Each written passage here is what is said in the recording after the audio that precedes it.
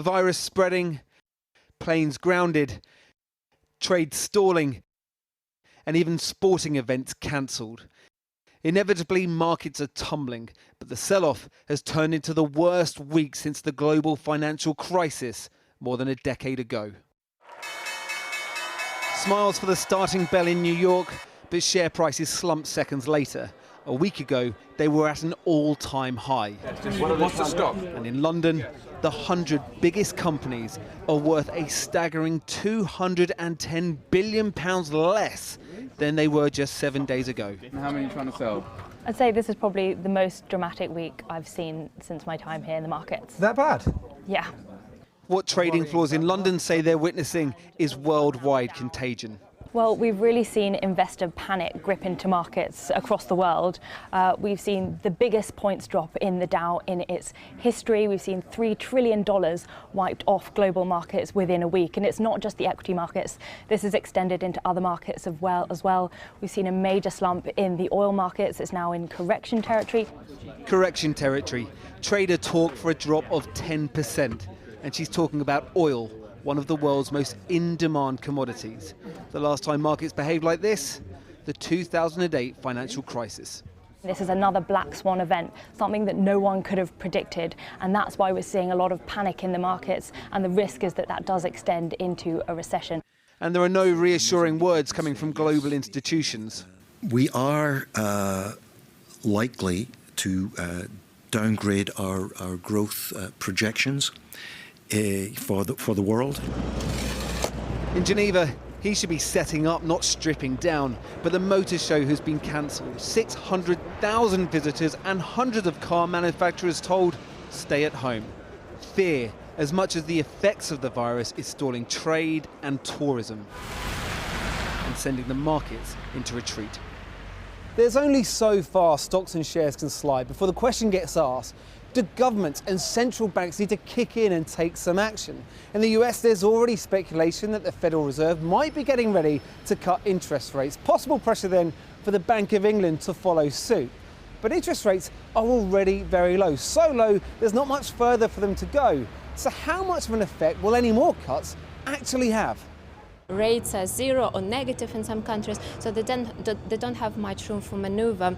Yet markets expect central banks to come out, cut rates, and reassure investors that everything is fine. But the kind of policy that will be more helpful and more effective in this situation is fiscal policy, more targeted measures to help those companies, those areas that are mostly affected. Those targeted measures in China include extending large state loans to companies to keep them afloat. Tonight, the government here said they are well prepared for any effect coronavirus may have on the UK economy. Investors appear less confident, though, and neither have a crystal ball. Well, the first British death, the first cases in Northern Ireland and Wales. Boris Johnson has said tonight that coronavirus is the government's top priority. He said he'd discussed the UK's preparedness with the Health Secretary and the Chief Medical Officer, but he won't be chairing an emergency COBRA meeting until Monday. The reach of the virus is spreading fast, with nearly 60 countries reporting cases.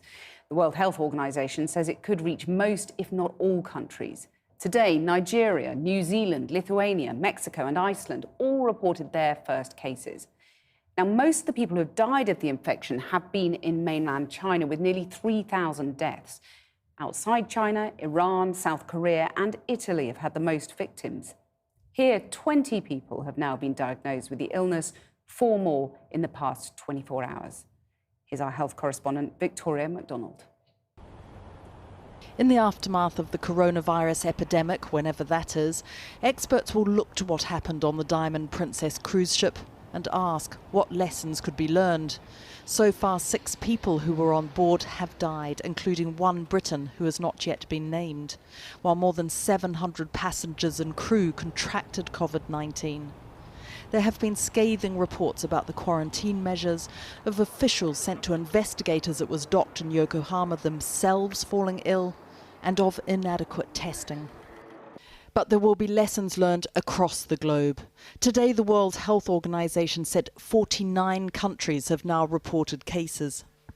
Our epidemiologists have been monitoring these developments continuously, and we have now increased our assessment of the risk of spread and the risk of impact of COVID-19 to very high at global level. This is a message from the WHO that says, wake up, get ready, this virus may be on its way and you have a duty to your citizens and to the world to be ready. Perhaps a message too to Iran, where there is concern that the numbers infected and dying are far greater than officially claimed. They have now closed the parliament, and in the Shia holy city of Qom, the centre of the outbreak, they're using what one source told us were chemical defence vehicles from the Iran-Iraq war of the 1980s, this time to disinfect against this virulent virus.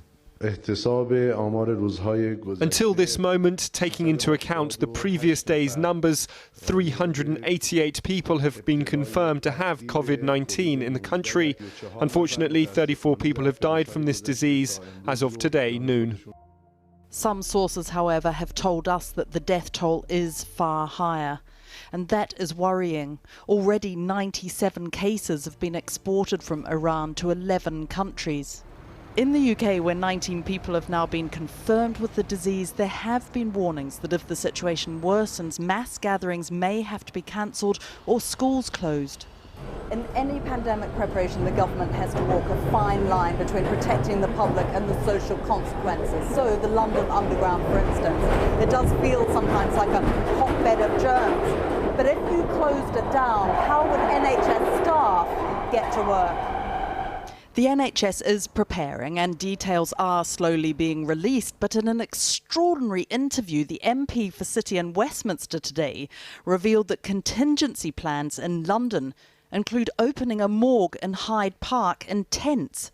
Noticeably absent has been the Prime Minister until today, when, perhaps responding to criticism, he first called an emergency Cobra meeting, though not until Monday, and then tonight asked about the death from the Diamond Princess. He said this. I think it was we were following the best medical advice, and we regret any.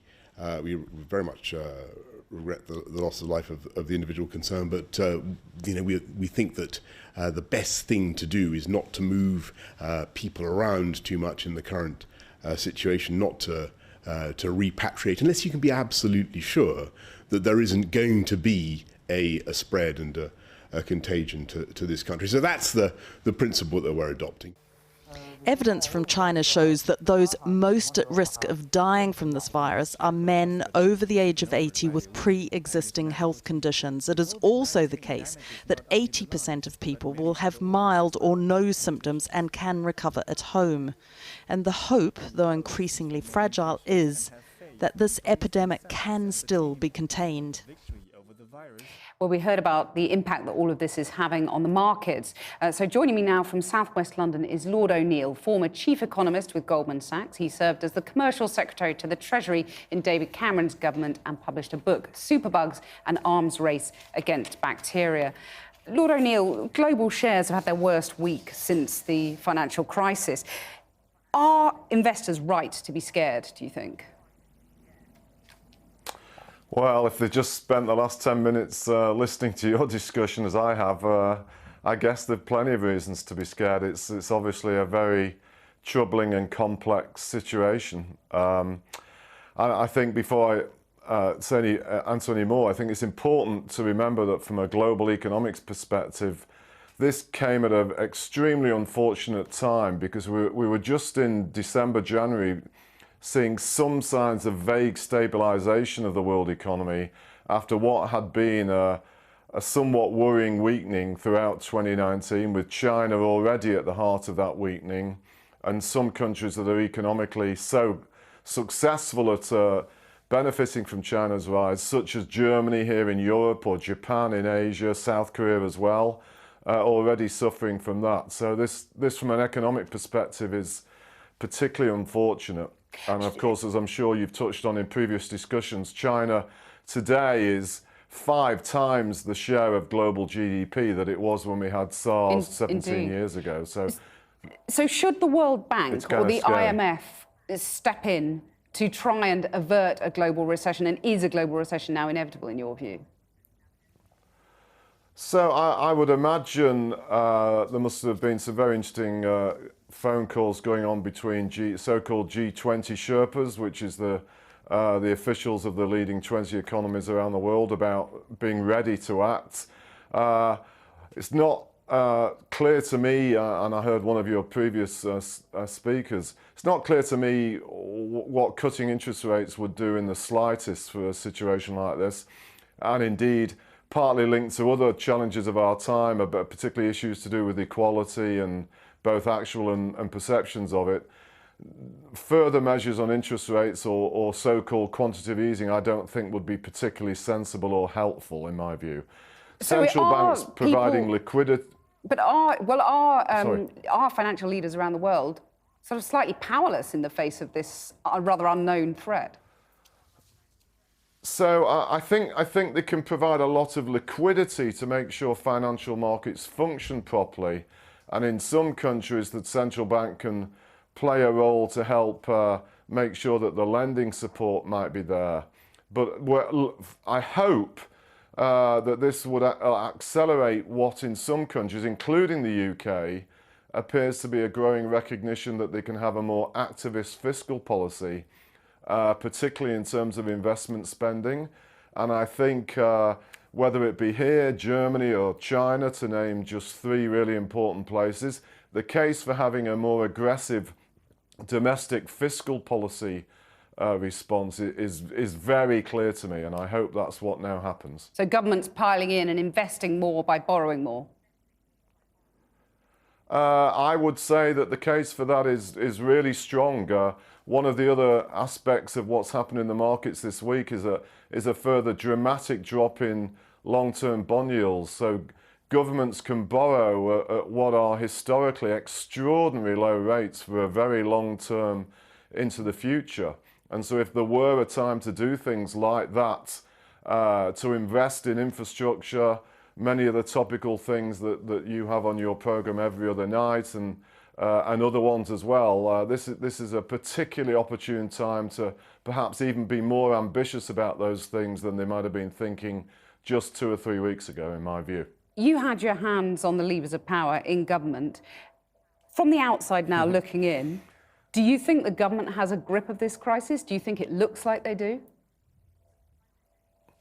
Well, it's very difficult to try and pretend to have an expert view on anything like this, particularly if you're not an infection specialist. But what I would say in their defence so far, and I look at all sorts of numbers about this every day, so far the infection rate in the UK is still very low relative to countries that we might regard as our peers. For example, in France, I think there's close to, if not more than twice as many recorded infections. Germany, even more than that. So far we seem to be doing okay, and I think, as has been discussed also earlier, where the centre of the spread here has been indicated and recognised pretty quickly. And this balance between trying to scare us all or make sure we're prepared is what they have to keep reviewing every day. And so far, I think they're doing the best they can, but it's obviously a very unpredictable and worrying time for everybody. Lord O'Neill, thanks very much for joining us. Well, we did ask the Department of Health and Public Health England for an interview, but no one was available from either of those bodies. I have, though, been speaking to Anna Soubry, the former MP who lost her seat at the last election and was a minister in the Department of Health itself.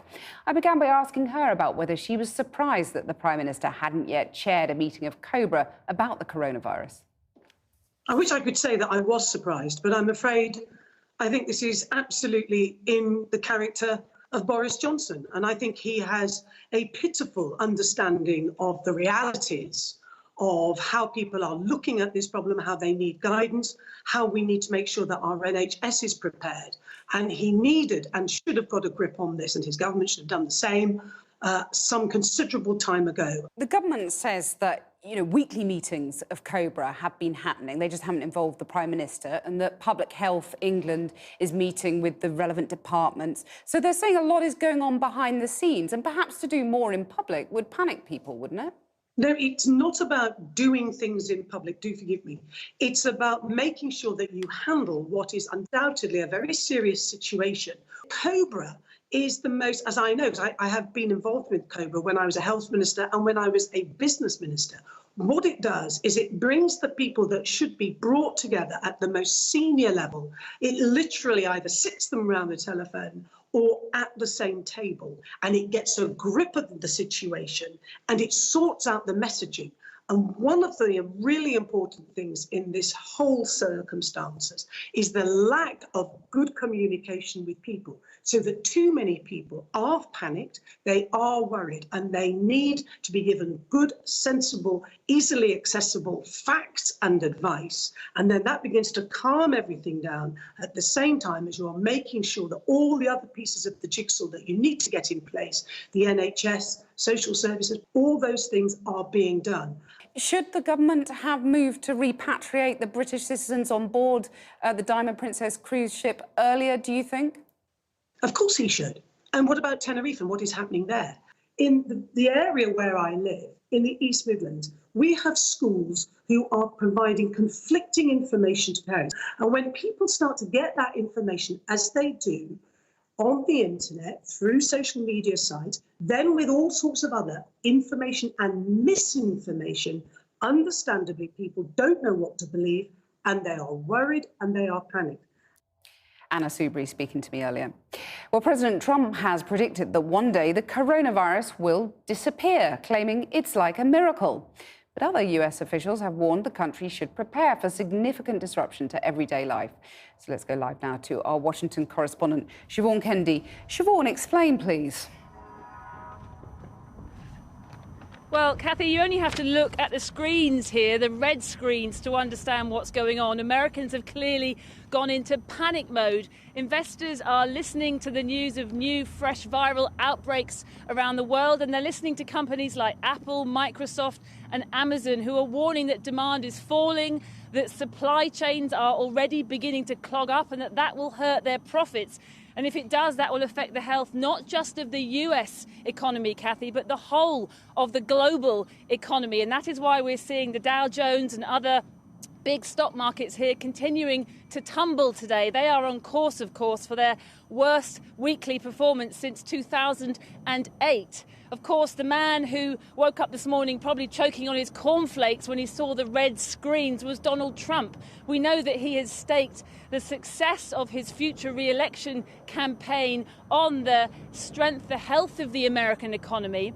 So if that begins to falter, so too could his campaign, particularly if there is a sense that he and his administration simply have not done enough to combat the threat of the virus soon as enough, which is what he's being criticised here for. That is why he has taken to Twitter today to criticise the Democrats for trying to politicise, he says, the virus story. And it's why his chief of staff, Mick Mulvaney, speaking at a conference today just outside DC, tried to suggest that journalists were only covering the story of this global virus outbreak because of the damage they thought it could do to President Trump. Let's hear what he had to say. The reason you're saying so much attention to it today is that they think this is going to be what brings down the president. That's what this is all about. I got a note today from a reporter saying, what are you going to do today to calm the markets? And I'm like, really, what I might do today to calm the markets is tell people to turn their televisions off for 24 hours.